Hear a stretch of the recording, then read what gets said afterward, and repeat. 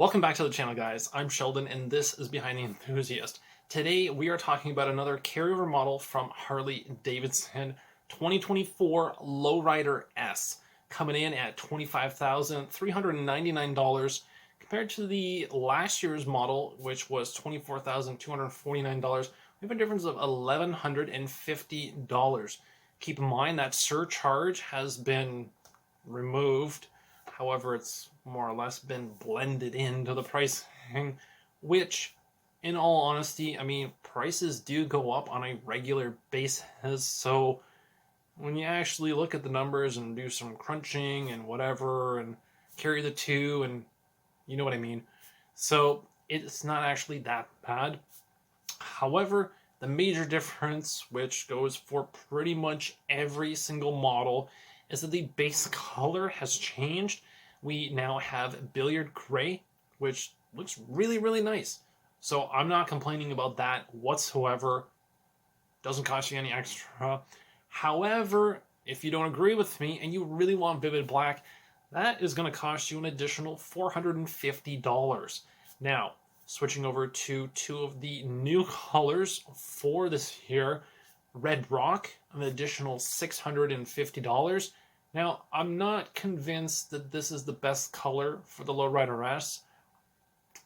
I mean, Red Rock is a really nice color, but I'm just not convinced.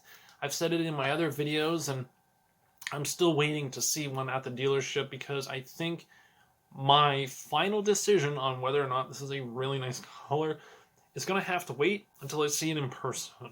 However, Sharkskin Blue was going to cost an additional $800 Canadian.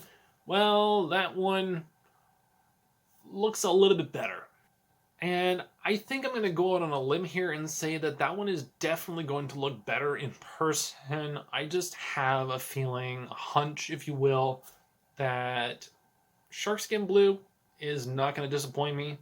And I think there might actually be a little bit of a color play, a little bit of a twist of two colors kind of fighting against one another in it. But maybe that's just me.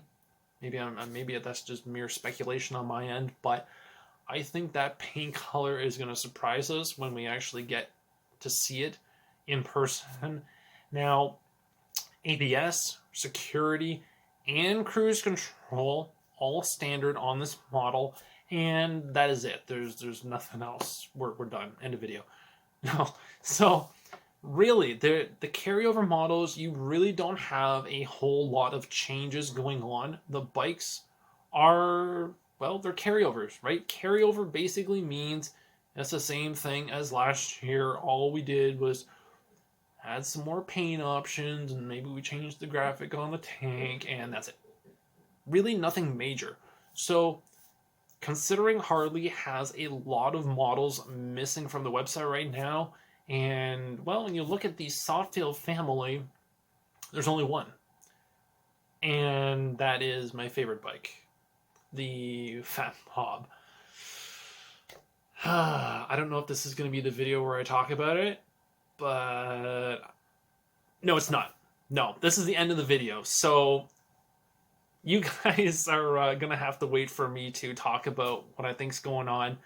Low Rider S, let me know what you guys think about this bike. Leave some comments down below for me. If you guys like this video, make sure to smash that like button so I know that it's working. And of course, be sure to subscribe so you guys don't miss out on the other carryover model videos that I'm going to be releasing for the rest of the month, leading up to January 24th when Harley-Davidson has their big reveal. Yeah, the Fat Bob reveal? Yeah. Anyway, another video. We'll talk about that. Hopefully you guys like this video. Thank you for watching, and I will catch you guys in the next one.